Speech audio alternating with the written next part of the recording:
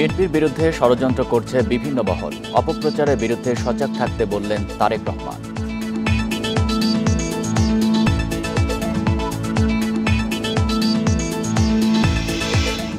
বিচার না হওয়া পর্যন্ত আওয়ামী লীগের কর্মসূচি নয়, জানান প্রেস সচিব। ভোটের সম্ভাব্য তারিখ ফেব্রুয়ারিতে।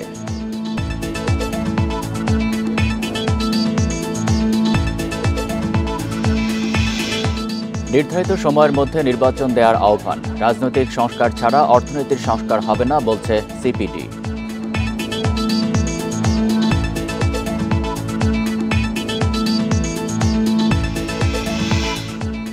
বিজিবি বিএসএফ সম্মেলনে সীমান্ত হত্যা বন্ধে আলোচনা হবে। দেশের স্বার্থ রক্ষায় ভারতকে ছাড় নয়।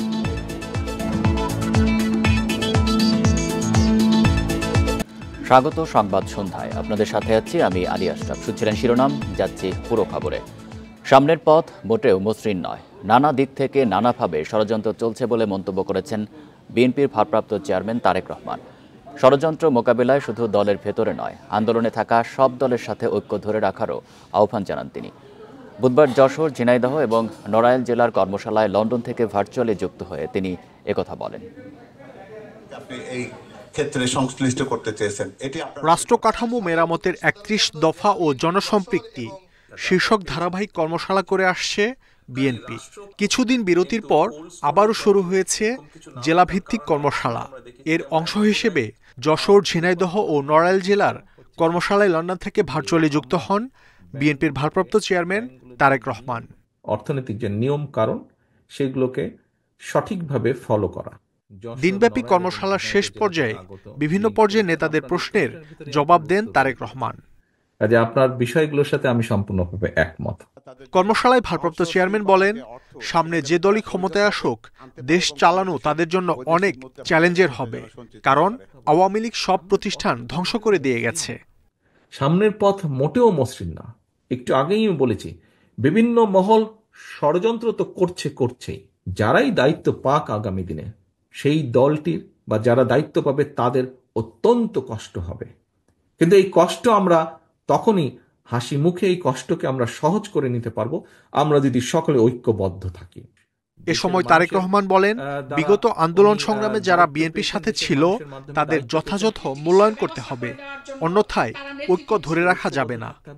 যেই দলগুলো, রাজনৈতিক দলগুলো গণতান্ত্রিক আন্দোলনে আমরা একসাথে সংগ্রাম করেছি, অত্যাচার নির্যাতন সহ্য করেছি, জেল জরিমানা সহ্য করেছি, সেই সকল রাজনৈতিক দলকে আমাদেরকে ঐক্যবদ্ধ থাকতে হবে। কারণ আমাদের এই ৩১ দফা শুধু বিএনপির ৩১ দফা না, আমাদের এই ৩১ দফা সকল রাজনৈতিক গণতান্ত্রিক রাজনৈতিক দলের ৩১ দফা।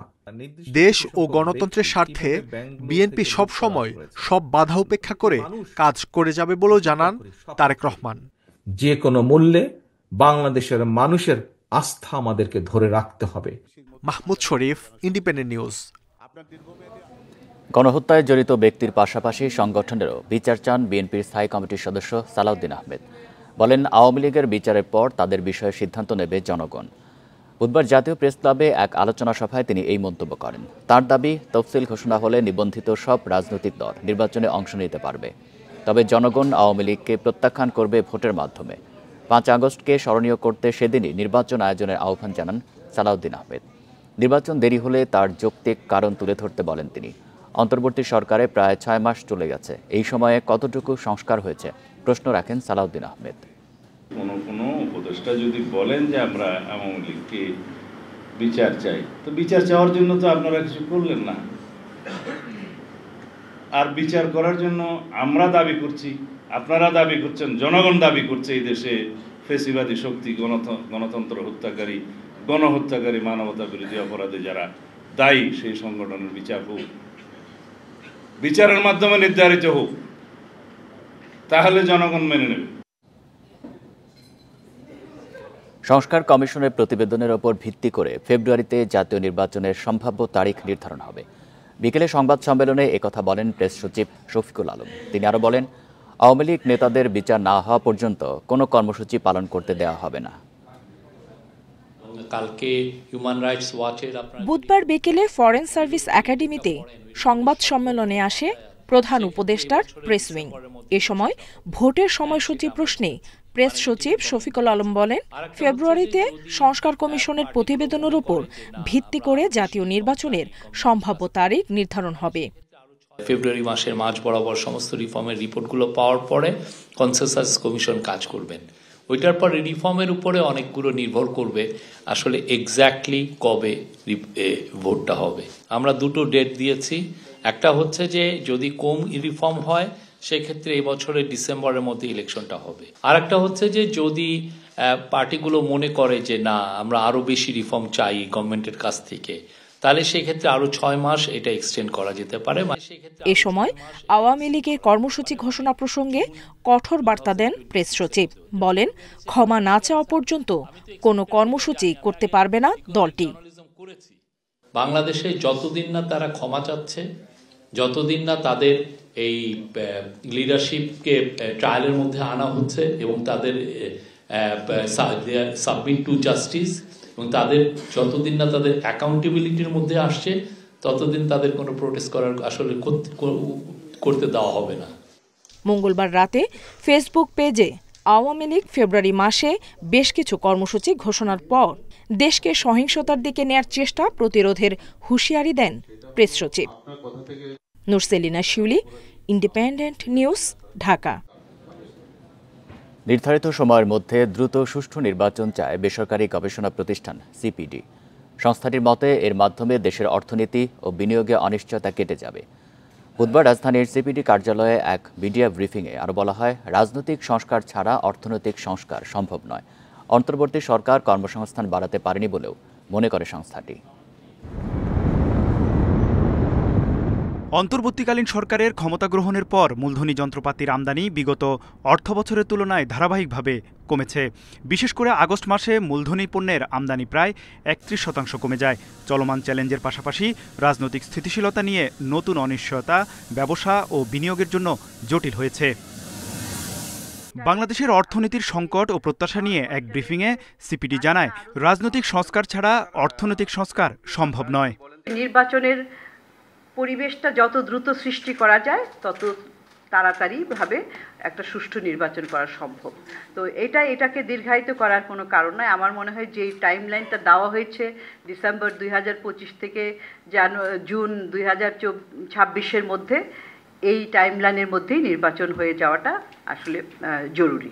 আমাদের রাজনৈতিক সংস্কারও করতে হবে, অর্থনৈতিক সংস্কারও করতে হবে। কেবলমাত্র ইলেকটোরাল সংস্কার দিয়ে রাজনৈতিক সংস্কার হবে না। তো পার্টির ভিতর যে সংস্কার, সেখানে যে গণতন্ত্রায়ন, সেগুলোও কিন্তু একটা প্রক্রিয়ার মধ্যে হতে হবে। সিপিডি বলছে 2024 সালের সেপ্টেম্বর পর্যন্ত মোট ঋণখেলাপির পরিমাণ জাতীয় বাজেটের শিক্ষা ও স্বাস্থ্য খাতের বরাদ্দের চেয়ে 2.7% বেশি। তাই রাজনৈতিক প্রতিশ্রুতি ছাড়া স্বার্থান্বেষী মহলকে মোকাবেলা করে ব্যাংক খাতের সংস্কার সম্ভব নয়।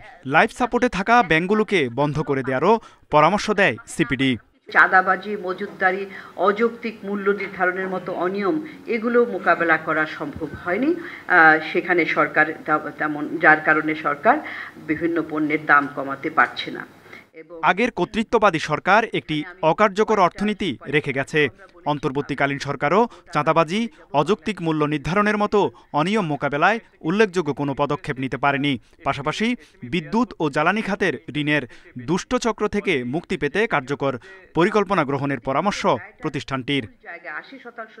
তৌহিদ রানা, ইন্ডিপেন্ডেন্ট নিউজ, ঢাকা। আসন্ন বিজিবি বিএসএফ মহাপরিচালক পর্যায়ে সীমান্ত সম্মেলনে ভারতের সাথে বিভিন্ন অসম চুক্তি সংশোধন বা বাতিলের বিষয়ে আলোচনা হবে বলে জানিয়েছেন স্বরাষ্ট্র উপদেষ্টা জাহাঙ্গীর আলম চৌধুরী। সম্মেলনের মূল আলোচ্য বিষয় হবে সীমান্ত হত্যা বন্ধ, বলেন তিনি। দুপুরে সচিবালয়ে আগামী 17 থেকে 20 ফেব্রুয়ারি সীমান্ত সম্মেলন নিয়ে প্রস্তুতিমূলক সভা শেষে এসব জানান উপদেষ্টা। ভারতের নয়াদিল্লিতে আগামী 17 থেকে 21 ফেব্রুয়ারি অনুষ্ঠিত হবে বিজিবি বিএসএফ মহাপরিচালক পর্যায়ের সীমান্ত সম্মেলন। বুধবার স্বরাষ্ট্র উপদেষ্টার সাথে সচিবালয়ে এ নিয়ে বৈঠকে বসেন বর্ডার গার্ড বাংলাদেশ বিজিবি কর্মকর্তারা। বৈঠক শেষে উপদেষ্টা জানান, যেকোনো মূল্যে সীমান্ত হত্যা বন্ধ করতে হবে, এটিই হবে এবারের বাংলাদেশ ভারত সীমান্ত সম্মেলনের মূল এজেন্ডা। ভারতীয় নাগরিকরা বিএসএফ এবং অন্যান্য যারা যে আমাদের যে সীমান্তে যে হত্যা করছে, ওটা যেভাবে হোক তাদের বন্ধ করতে হবে। ঢাকা দিল্লির মধ্যে অসম চুক্তি বাতিল বা সংশোধন নিয়ে আলোচনার কথা জানান উপদেষ্টা। সীমান্তে স্থাপনা নির্মাণের বিষয়টিও ভারতের সঙ্গে বৈঠকে তোলা হবে বলেন তিনি। এই পর্যন্ত প্রায় তাদের সাথে 4টা চুক্তি হয়েছে। তো 2010 সালে যে একটা চুক্তি হয়েছে, ওই চুক্তিটার ভিতরেই একটুখানি বড় ধরনের একটু সমস্যা দেখা দিচ্ছে। দেশের স্বার্থ রক্ষায় ভারতকে কোনো ধরনের ছাড় দেয়া হবে না বলে স্পষ্ট জানান বিজিবির মহাপরিচালক। এই চাঁপাইনবাবগঞ্জ আঙ্গরপোতা দহগ্রামের one of the main agenda, border killing one of the main agenda, অন্যান্য রিভার ডিসপিউট যেগুলো ওরা এখন ডিমার্কেশন করছে না, ওগুলো মেইন এজেন্ডা। মোট কথা আমরা যেটা বললেন কোনো ছাড় হবে না। বাংলাদেশ ও ভারতের মধ্যে পারস্পরিক আস্থা বৃদ্ধির বিষয়টিও এবারের আলোচনায় থাকবে। এবারের সীমান্ত সম্মেলনে বিজিবি ছাড়াও সংশ্লিষ্ট বিভিন্ন মন্ত্রণালয় ও সংস্থার প্রতিনিধিরা অংশ নেবেন। Mahmuda Moumita, independent news. শুক্রবার ফজর নামাজের পর আমবায়নের মধ্য দিয়ে শুরু হচ্ছে এবারের বিশ্ব ইজতেমার প্রথম পর্ব। এবারের ইজতেমা হবে 3 ধাপে। এর মধ্যে ইজতেমা ময়দানে সব ধরনের প্রস্তুতি সম্পন্ন করার পাশাপাশি নেওয়া হয়েছে বাড়তি নিরাপত্তা ব্যবস্থা। 30 জানুয়ারি মাওলানা জুবায়ের অনুসারীদের অংশগ্রহণে শুরু হচ্ছে বিশ্ব ইজতেমার প্রথম পর্ব। এতে ঢাকার একাংশ সহ 41 জেলার মুসল্লিরা অংশ নেবেন। এরই মধ্যে আসতে শুরু করেছেন মুসল্লিরা। বিদেশিদের জন্য জায়গা নির্ধারণ করা হয়েছে মূল ময়দানের পশ্চিমে। ইজতেমায় অংশ নিতে পেরে খুশি তারা।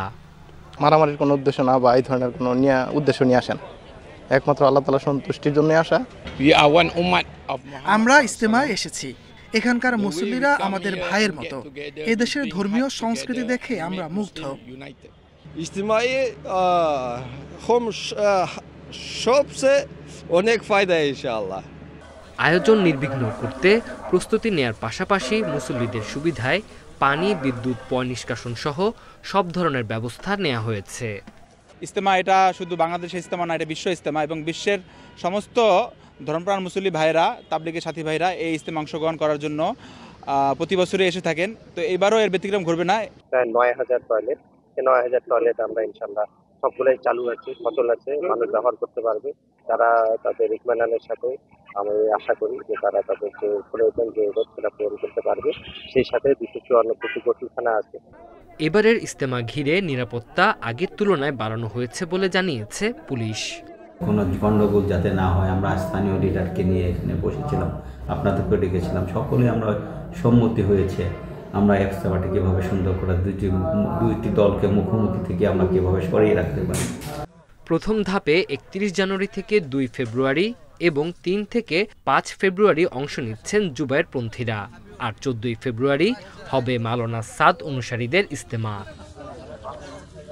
Independent News. ভারত ও মিয়ানমার থেকে 37,000 টন চাল চট্টগ্রাম বন্দরে এসেছে।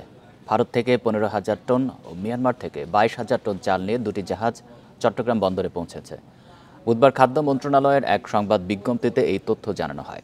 এতে বলা হয়, G2G ভিত্তিতে মিয়ানমার থেকে আতপ চাল ও খোলা দরপত্রের মাধ্যমে ভারত থেকে সেদ্ধ চাল নিয়ে জাহাজ দুটি চট্টগ্রাম বন্দরে পৌঁছেছে। চাল দ্রুত খালাসের জন্য প্রয়োজনীয় ব্যবস্থা নেওয়া হয়েছে বলেও বিজ্ঞপ্তিতে জানানো হয়। মন্ত্রণালয় জানিয়েছে, সরকার G2G ও খোলা দরপত্রের মাধ্যমে যে পরিমাণ চাল আমদানির সিদ্ধান্ত নিয়েছে সেগুলো পর্যায়ক্রমে দেশে আসছে। দাম যেন স্থিতিশীল থাকে সেজন্য আরও চাল আমদানি করা হবে বলে জানান কর্মকর্তারা। এ ছিল সংবাদ সন্ধ্যায়। ইন্ডিপেন্ডেন্ট টেলিভিশনের সব খবরের আরও বিস্তারিত জানতে চোখ রাখুন ফেসবুক, এক্স এবং ইউটিউবে। ধন্যবাদ সবাইকে।